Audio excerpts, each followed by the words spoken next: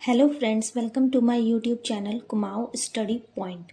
इस वीडियो में आज हम डिस्कस करेंगे B Ed second semester examination 2022 paper third educational technology and ICT.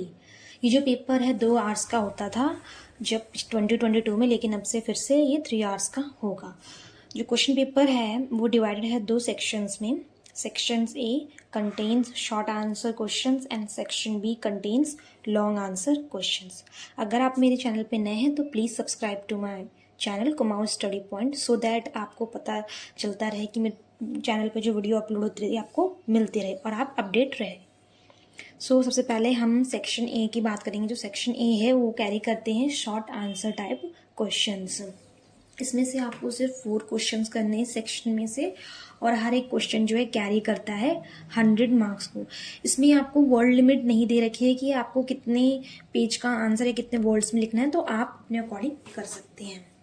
Now question number 1, describe the meaning and objectives of educational technology. Question number 2, what is the difference between hardware and software technology. Question number 3, what do you know about open educational resources? How these resources are useful in teaching learning? Question number 4, discuss the advantages of mass media in education. Question number 5, define information and communication technology ICT. What are its characteristics? Question number 6, what is the use of internet in education? Basically these questions are related from the technology portions because the subject is educational technology. Now we will move to question number 7, what is online teaching? Discuss the factors of managing online teaching. Question number 8, what is the use of LCD in teaching learning process?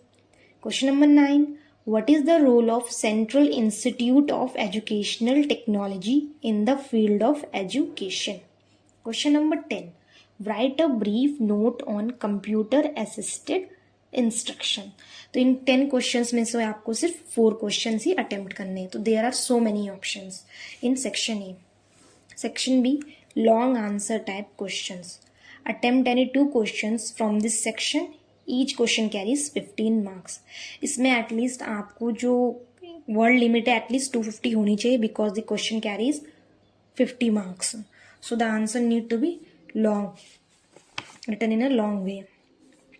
तो इसमें हम सबसे पहले आप make sure करें कि आप इसमें चार्ट्स बना सकें, डायग्राम्स बना सके, फॉर एग्जाम्पल ग्राफ्स, और पॉइंट्स में आंसर्स को डिस्क्राइब कर सके बिकॉज वो ज़्यादा प्रेजेंटेबल लगता है as compare to the paragraphs. और हेडिंग, इंट्रोडक्शन बहुत इंपॉर्टेंट है, और at the end of the every answer you have to write the conclusion, और कंक्लूजन भी बहुत इंपॉर्टेंट है।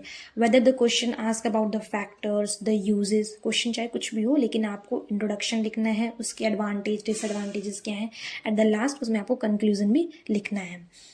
बहुत ज़रूरी है कंक्लूजन लिखना, उससे आपका आंसर जो है वो ज़्यादा अट्रैक्टिव लगता है और आप इससे जो है मार्क्स जो है ज़्यादा गेन कर सकते हैं।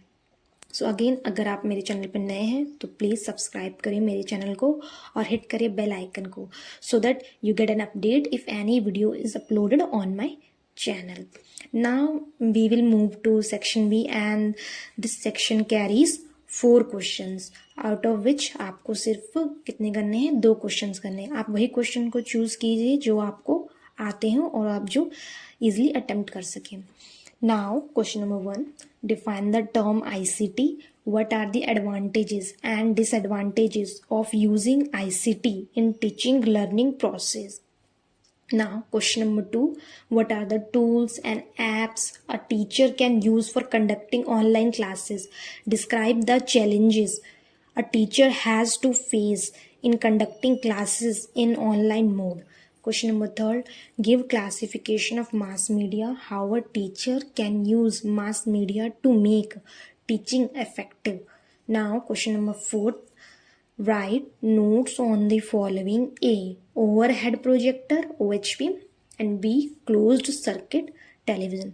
So this is all about the question paper of B.Ed second semester examination 2022, that is educational technology and ICT. The paper is paper 3rd and the code is B203.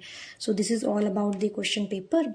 You might get an idea what type of questions are being asked in these exams. So thanks for watching this video and subscribe to my YouTube channel.